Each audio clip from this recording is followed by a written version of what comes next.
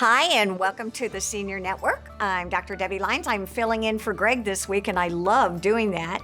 Hi, Tatiana. Tatiana Zanzig is here from Pruitt Corporation. It is great to have you on Zoom today.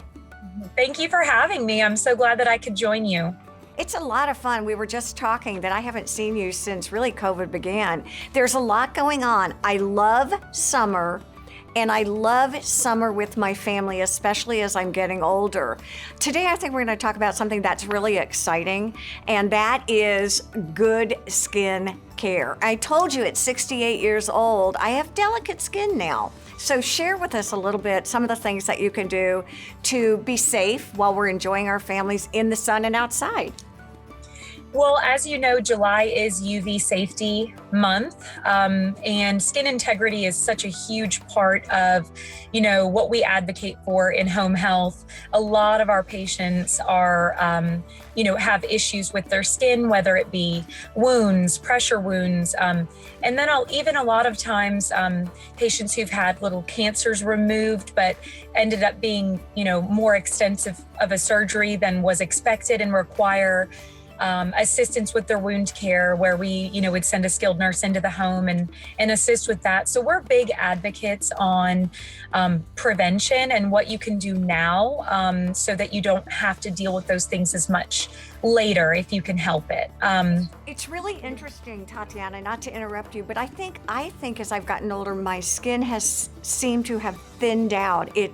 It bruises more easily. I get little bumps that bleed more easily.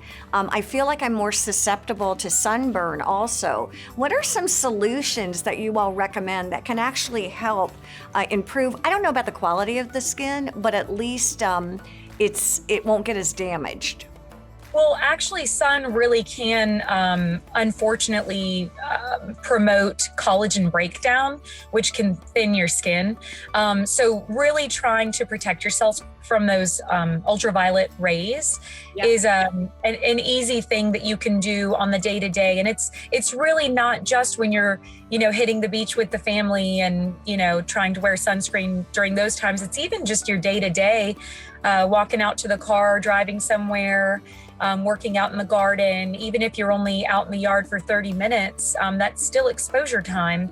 So it's important to get in a regimen where you're wearing the appropriate sunscreen regularly, even on those normal day-to-day when you're not out on the beach or on the water.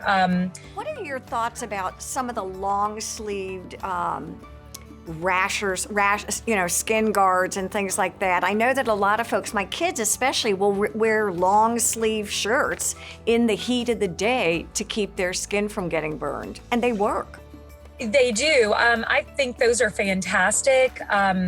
They protect your skin. Some of them have sunscreen built into the fabric. So I think just finding something that's a thin enough fabric that's breathable and, doesn't cause you to overheat or anything. I think those are a fantastic option. Staying in the shade, wearing a hat if possible, just anything you can do to not really show so much skin, less skin exposure, definitely can help.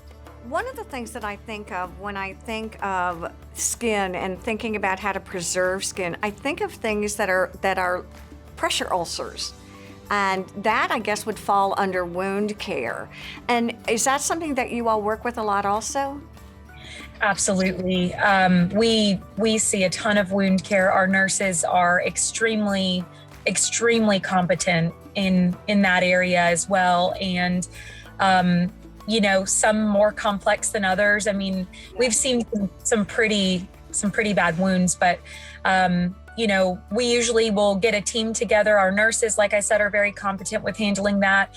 A lot of times we'll work closely with wound care centers and really try to work on getting an individual's nutrition boosted to promote wound healing, make sure that we have the appropriate dressings, make sure that we change them, at the appropriate frequencies. I mean, there's a lot that falls into it. And then, of course, with pressure, educating patients and families on ways to prevent future pressure ulcers or, once that skin does heal, it's at risk for opening again later. So, really preventing any future recurrence as well.